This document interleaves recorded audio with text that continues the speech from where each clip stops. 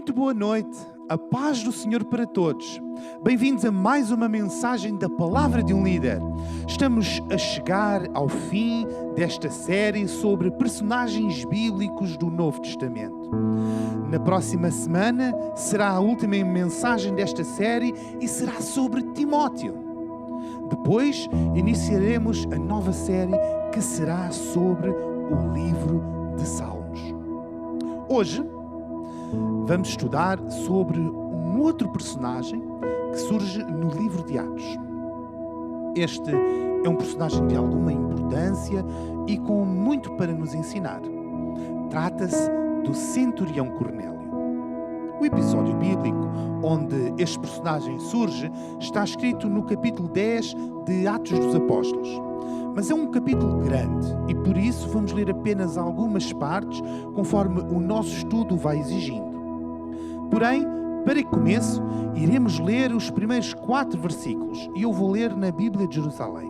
E diz assim: Vivia em Cesareia um homem chamado Cornélio, centurião da corte itálica.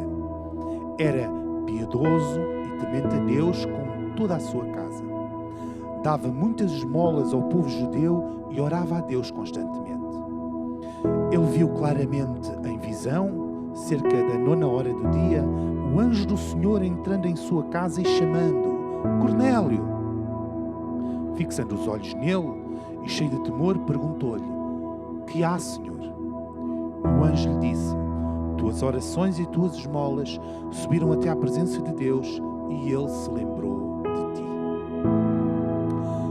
Ora bem, Cornélio era um cidadão romano que liderava um grupo de soldados do Império.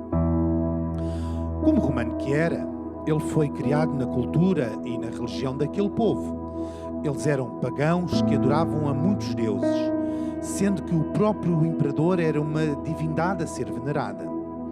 A cultura era muito influenciada pelos ideais gregos, com um pensamento filosófico desenvolvido e interesse por arte.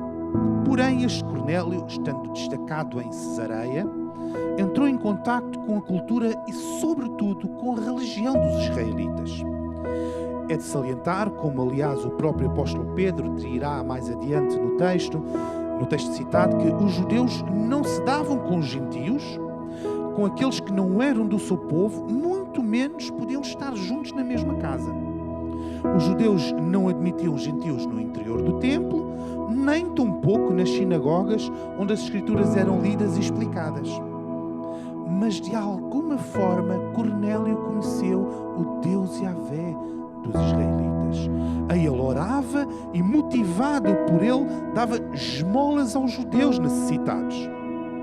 Este homem conheceu Deus em grande parte porque circulou por todo o Império tudo aquilo que Jesus fez, disse e padeceu, bem como o facto da sua ressurreição. E como sabemos isso? Porque o apóstolo Pedro o disse, quando entrou na casa de Cornélio e pregou para ele e para toda a sua família. O que se disse acerca de Jesus mudou o coração deste homem, mudou o coração de toda a sua família. O que se dizia de Jesus levou a que este homem, sem grande contacto com a palavra de Deus, com uma cultura e religião secular, se convertesse e conhecesse o Deus do céu. E sem grande conhecimento, sem o discipulado que Pedro mais tarde lhe levou, este homem com sinceridade e fé fez aquilo que lhe parecia agradar a Deus. Ele orava e dava esmolas. Mas mais ainda, ele levou a que toda a sua família fizesse o mesmo. Toda a sua casa orava constantemente a Deus e dava esmolas aos judeus necessitados. Este homem, sem grande conhecimento, entendeu 2 fundamentos muito básicos da fé cristã: comunhão com Deus e boas obras que demonstram essa comunhão.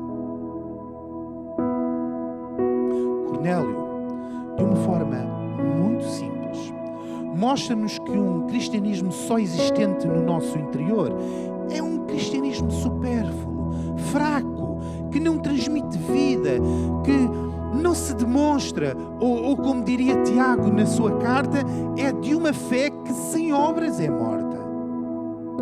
Claro que sabemos que não foi por dar esmolas, por fazer boas obras, que Cornélio foi salvo. O texto deixa bem claro que foi o inverso. Foi por ser salvo e conhecer a Deus que ele orava e procurava servir. E a forma que ele encontrou para servir ao Senhor foi dar esmolas. Ou seja, foi demonstrar esse amor de Deus que tanto o dominava e que certamente até o admirava aos outros. Que lição de humanidade e de humildade. Em Cornélio encontramos uma expressão bem simples de um cristianismo que nós temos tanta tendência a complicar. Amar a Deus, procurar a comunhão com Ele através da oração, procurar a comunhão com os outros, partilhando a fé com a sua família e levar depois disso esse mesmo amor ao próximo, não apenas com palavras, mas com ações concretas. Nada mais simples, nada mais concreto, nada mais prático. O Senhor, vendo a sinceridade do coração deste homem, de toda a sua família, enviou um anjo que disse a Cornélio que este cristianismo puro e simples, citando o título de um célebre livro de C.S. Lewis, tinha chegado a Deus e que por isso o Senhor se lembrou dele. Mais do que as conjecturas teológicas da natureza sacrificial das orações, para mim o importante é pensarmos no para quê. Ou seja, Deus disse através do anjo que se lembrou de Cornélio e da sua casa, mas lembrou-se deles porquê ou para quê? Antes de responder a esta pergunta, importa olharmos para a continuação do episódio bíblico. O anjo, numa visão, disse a Cornélio para enviar mensageiros a buscar em Jope ao apóstolo Pedro. Por outro lado, no outro lado da história, Deus trabalhou também em Pedro, para que este entendesse que a palavra de Deus não estava reservada apenas para os judeus e que a verdade acerca de Jesus era também para os gentios.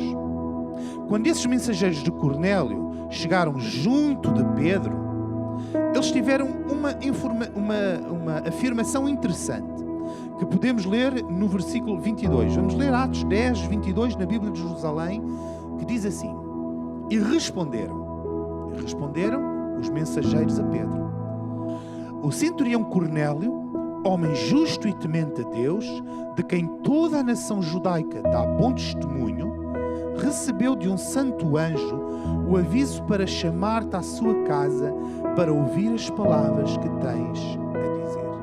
Bem, só este versículo dava para toda uma mensagem, mas não vamos perder o nosso foco. Estamos em busca da resposta à pergunta: por que é que Deus se lembrou de Cornélio e da sua casa? E aqui chegados entendemos uma primeira resposta a esta pergunta. Foi para ouvirem o que Pedro tinha a dizer. Cornélio era um homem justo, era um homem temente a Deus, era um homem com bom testemunho entre os judeus, o que não era fácil, pois eles desprezavam os invasores romanos. Mas, ainda assim, Cornélio e a sua casa, ele precisava de ouvir o que Pedro tinha a dizer. No dia seguinte, Pedro seguiu com os mensageiros de Cornélio até à casa deste. E aqui temos mais uma demonstração impressionante do coração bondoso deste Cornélio e de como o seu testemunho devia ser impactante entre aqueles que com ele conviviam. Digo isto porque no versículo 24 diz, e eu vou ler mais uma vez na Bíblia de Jerusalém, que mais um dia e entrou em Cesareia. Quem é que entrou em Cesareia? Pedro e os irmãos de Jope que o acompanhavam, bem como os mensageiros que Cornélio tinha enviado. Portanto, todo este grupo de pessoas, mais um dia, e entraram em Cesareia. Cornélio aguardava-os e havia convidado seus parentes e amigos mais íntimos. Cornélio recebeu Pedro e os irmãos de Jope que o acompanhavam, e o apóstolo começa o seu discurso com uma afirmação interessante, que nos ajuda a dar uma segunda resposta ao porquê da lembrança de Deus em relação a este centurião. Vamos ler em Atos 10, 28, mais uma vez na Bíblia de Jerusalém. Assim lhes falou: bem sabeis que não é lícito ao judeu relacionar-se com estrangeiro ou mesmo dirigir-se à sua casa. Mas Deus acaba de mostrar-me que a nenhum homem se deve chamar profano ou impuro. Aqui temos o segundo porquê de Deus se ter lembrado de Cornélio. Com este cidadão romano, Deus abriu as portas do Evangelho a todos os gentios, a todo o mundo, a gente de todas as raças, de todas as línguas, tribos e nações. E mais ainda, o apóstolo Pedro tem uma frase poderosa quando afirma que Deus, o próprio Deus, lhe mostrou que a nenhum homem se deve chamar profano ou impuro. Será que nos nossos dias entendemos o alcance destas palavras? Desta frase de Pedro? Será que entendemos de facto as implicações do que Deus, o próprio Deus, ensinou a Pedro? Hoje há homens que querem separar as pessoas entre puros e impuros, entre raças aceitáveis e raças não aceitáveis, entre culturas dignas e culturas indignas, entre pessoas produtivas e pessoas subsídio-dependentes, entre pessoas do bem e pessoas do mal, entre gente digna de liberdade e gente digna de prisão, entre ricos e pobres, entre cultos e incultos. E se ao menos aprendêssemos como Pedro, que a nenhum homem devemos chamar profano ou impuro. As ações de cada um não são as ações de todos. A responsabilidade é individual. Não podemos assumir isso como um defeito do todo. Claramente Deus ensinou isso por Pedro. Por isso o cristão não pode ser racista, não pode ser exclusivista, não pode ser anti-imigrantes, não pode ser xenófobo, porque nenhum homem podemos chamar de profano ou impuro. Deus condena as ações, não odeia as pessoas. Quem se coloca numa posição de nós contra eles, coloca-se numa posição de acusador e de separador, e esse é o papel do diabo. E para reforçar este pensamento, um pouco adiante no texto bíblico, quando Pedro começa efetivamente o seu discurso na casa de Cornélio, ele afirma, e podemos ler em Atos, capítulo 10, versículos 34 e 35, que eu vou ler na Bíblia de Jerusalém, diz assim: tomando então a palavra, Pedro falou: dou-me conta em verdade que Deus não faz acepção de pessoas, mas que em qualquer nação, quem o teme e pratica a justiça lhe é agradável. Que verdade impressionante! Deus não é exclusivista. Todo aquele que para Ele inclinar o seu coração, Ele aceita. Separar, acusar, apontar, isso não é de Deus. Mas continuando em busca do porquê de Deus, para que se tivesse lembrado de Cornélio, avançamos um pouco mais no texto bíblico e vemos que Pedro prega o Evangelho de uma forma muito simples. Ele fala da história de Jesus e de tudo o que se passou e de como dele falam os profetas. Porém, nada disto era novidade para Cornélio e para os seus. Sabemos isto porque Pedro começa o seu discurso por dizer: sabeis o que aconteceu. Isto porque era notório e conhecido todo o ministério de Jesus. Mas há uma frase, mesmo a última do discurso de Pedro, que quer realçar, porque é importante e esclarecedora do que ele quer dizer ao afirmar que Deus não discrimina ninguém. Está no versículo 43 de Atos 10, e desta vez vou ler na Nova Versão Internacional, que diz assim: todos os profetas dão testemunho dele, de que todo aquele que nele crê recebe o perdão dos pecados mediante o seu nome. Todo aquele que crer em Deus recebe o perdão dos pecados. Por isso não há ninguém fora desta possibilidade. Deus inclui, não separa. O Senhor agrega, não discrimina. Ele procura alcançar, não excluir.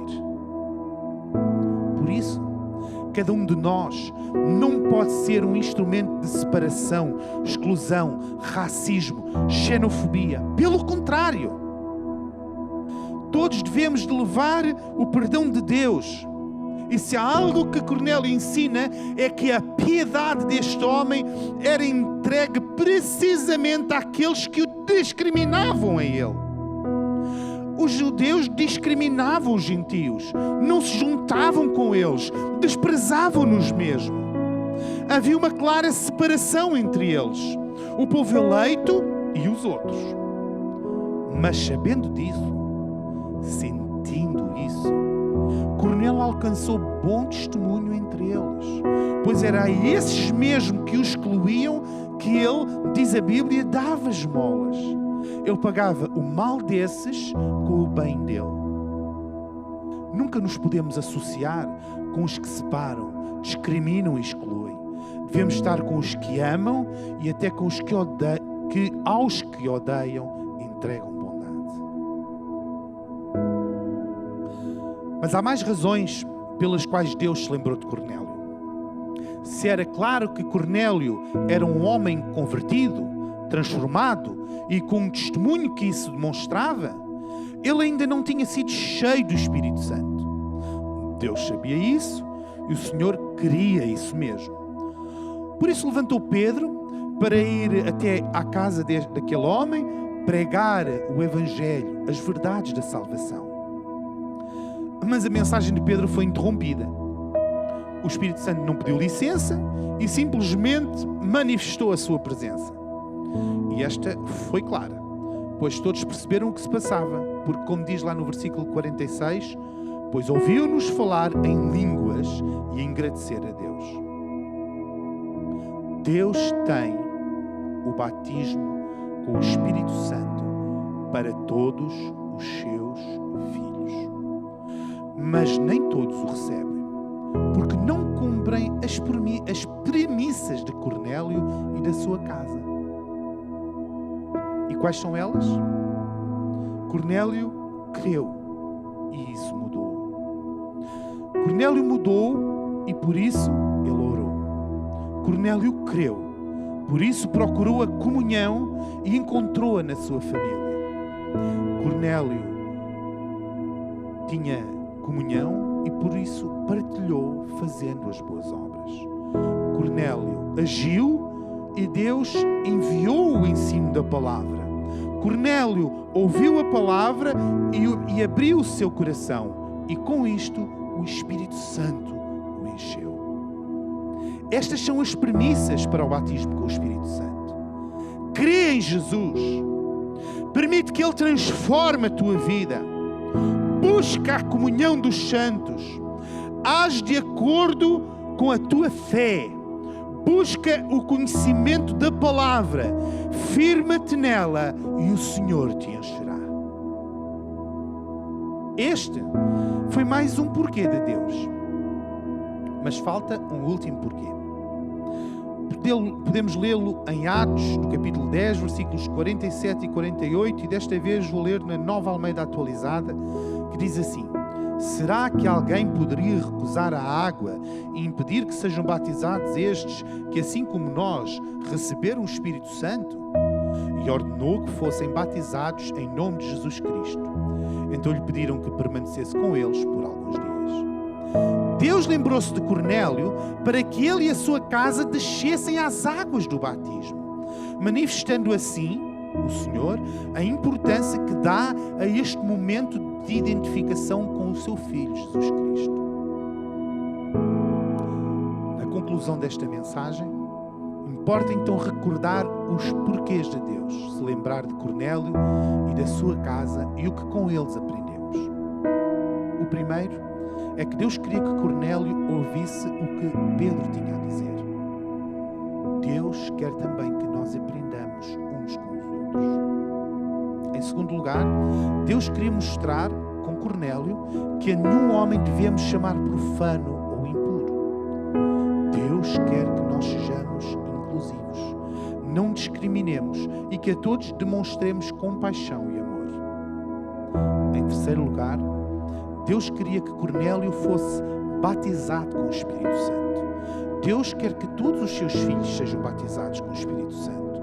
Então só cumpram as premissas de Cornélio. São elas: crê em Jesus, permite que Ele transforme a tua vida, busca a comunhão dos santos, age de acordo com a tua fé, busca o conhecimento da palavra, firma-te nela e o Senhor te encherá.